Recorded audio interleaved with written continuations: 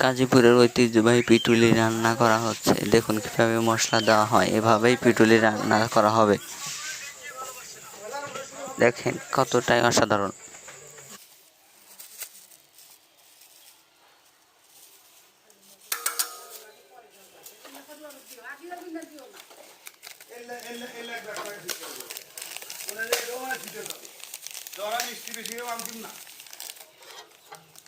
ঠিক আছে, মানে জিতে জিতে কিছুই আমার বগুড়াবাসী মিষ্টি কম খায়,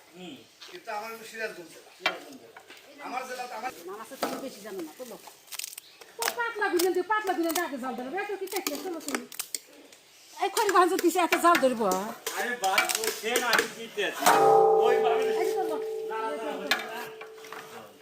আমরা জরা ফেরা গেলে তুমি জ্বলাইছো তার চেয়ে আমি বেশি জানি আমি আসল মানুষ আমার তো তুমি বেশি জানো না দাও কাবার কিনে দাও